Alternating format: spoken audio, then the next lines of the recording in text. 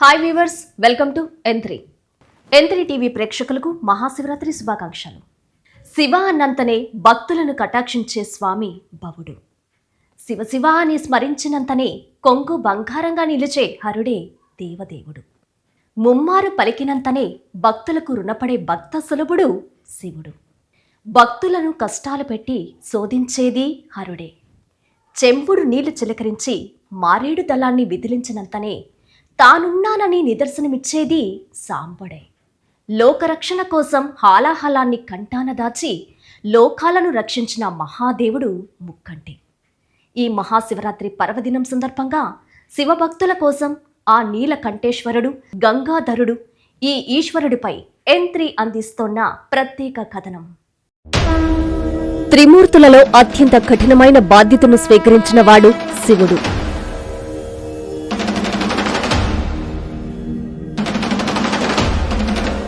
లోకంలోని జీవులను సృష్టించేది బ్రహ్మ అయితే పోషించేది విష్ణువు. లోకాలను లయం చేసే పని మాత్రం ఈశ్వరుడిది. కఠినమైన బాధ్యతను నిష్ఠతో నిర్వహించేది ముక్కంటి.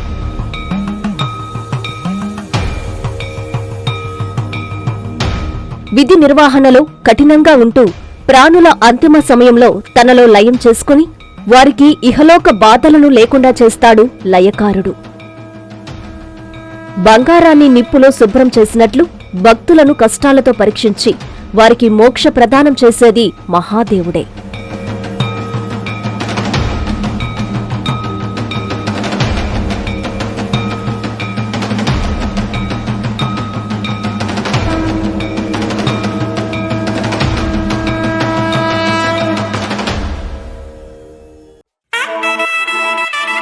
హరనామ స్మరణ చేసినంతనే సంతోషించే దేవుడికి మహాశివరాత్రి పర్వదినం జరుపుకోవడం ఆచారం. ప్రతి ఏడాది మాఘమాసంలో 2వ తిథులు కలిసే సమయంలో అమావాస్యకు ముందు రోజున మహాశివరాత్రిని నిర్వహిస్తారు. పాప విమోచనం కలిగించే మాఘమాస శివరాత్రి అత్యంత విశిష్టమైనదిగా పెద్దలు చెబుతారు. రాత్రి మొత్తం జాగారం చేసి లింగ రూపంలో ఉద్భవించే స్వామివారిని పూజిస్తే సకల పాపాలు హరిస్తాయని విశ్వాసం. శివరాత్రి పర్వదిన విశిష్టతను తెలిపేందుకు పలు కథలు పురాణాల్లో ఉన్నాయి. శివుని కళ్యాణం జరిగిన విశేష దినం శివరాత్రి. సతీదేవిగా దక్షిణి యజ్ఞవాటికలో ప్రాణాలు కోల్పోయిన అమ్మవారు తిరిగి హిమవంతుని కుమార్తెగా జన్మించింది. పర్వతరాజు కుమార్తెగా జన్మించిన పార్వతీదేవి చిన్ననాటి నుంచి శివునిపైనే ఆశలు పెట్టుకుని భస్మాంగదారుణ్ణి మాత్రమే పొందాలని సంకల్పం తీసుకుంది. స్వామివారిని పొందేందుకు తీవ్రంగా ప్రయత్నించింది. ఈ క్రమంలో తపస్సులో ఉన్న శివుని మనస్సును మరలించేందుకు మన్మథుడు బాణం వేయడంతో ముక్కంటి ఆగ్రహించి 3వ కన్ను తెరిచాడు. ఆ అగ్నిలో మన్మథుడు దహనమయ్యాడు. రతీదేవి ప్రార్థనతో మన్మథునికి శరీరం లేని ప్రాణాన్ని అనుగ్రహించాడు విరూపాక్షుడు. మరోవైపు పార్వతీదేవి తీవ్ర తపస్సు చేసి భవుడిని భర్తగా పొందింది. వారి కళ్యాణం జరిగిన శుభదినమే మహాశివరాత్రిగా విశిష్టతను పొందింది.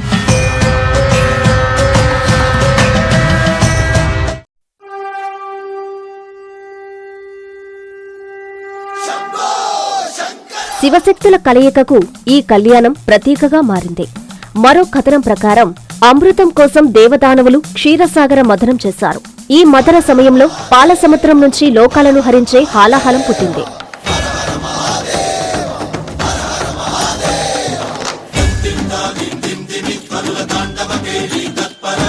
ఈ గరళాన్ని స్వీకరించేందుకు ఎవరూ రాకపోతే మహాదేవుడు లోకాలను రక్షించేందుకు గరళాన్ని స్వీకరించాడు.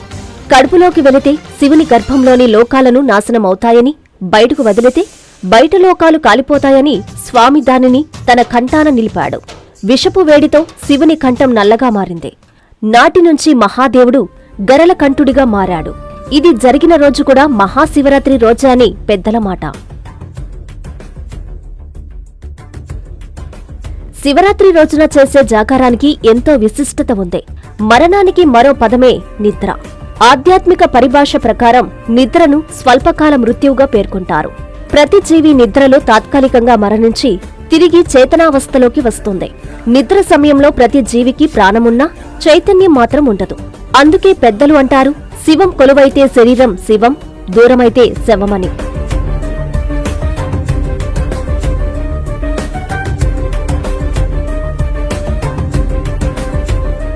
శివరాత్రి రోజున ఆచరించే విశేషమైన పద్ధతుల్లో ఉపవాసానికి మరో ప్రత్యేకత ఉంది. ఉపవాసం అంటే దేవునికి దగ్గరగా ఉండడమని అర్థం. అంతేకాని ఆహారాన్ని త్వజించడమని కాదు. శరీర చైతన్యానికి అవసరమైన ద్రవహారాన్ని స్వీకరించి స్వామిపై బుద్ధిని, మనసుని లగ్నం చేయడమే ఉపవాస లక్ష్యం. జాగారానికి నవవిధి భక్తి విధానాల్లో స్వామివారిని సేవించుకుంటారు.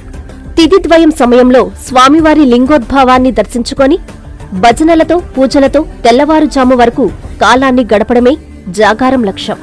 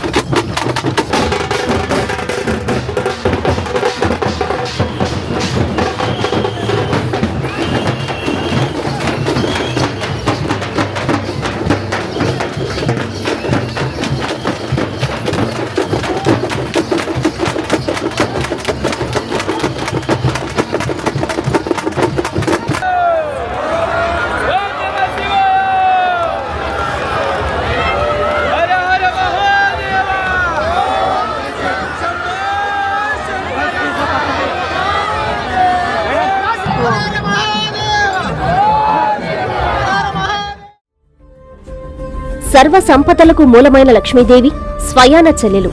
అష్టైశ్వర్యాలు కొలువైన కుబేరుడు ఆత్మీయ మిత్రుడు. భక్తులకు సర్వ సౌఖ్యాలను అందించేది శివుడు. కాని ఆయన మాత్రం శ్మశానవాసే. శరీరానికి భస్మాన్ని ధరించి, దిక్కులని వస్త్రాలుగా ధరించి దిగంబరుడిగా జీవించే స్వామి, సంపద కన్నా భక్తిభావం శాశ్వతమని బోధించే స్వామే శంకరుడు.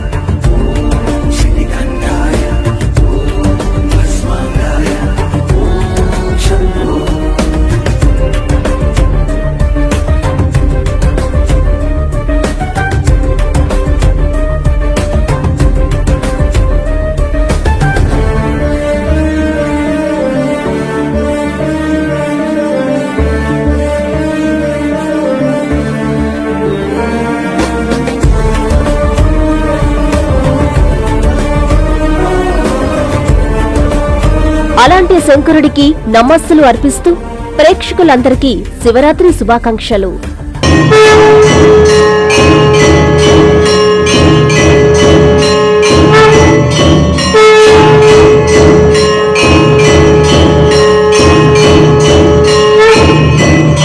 వృషభవాహనా విభవ భస్మఫాల కాలభైరవ శంభో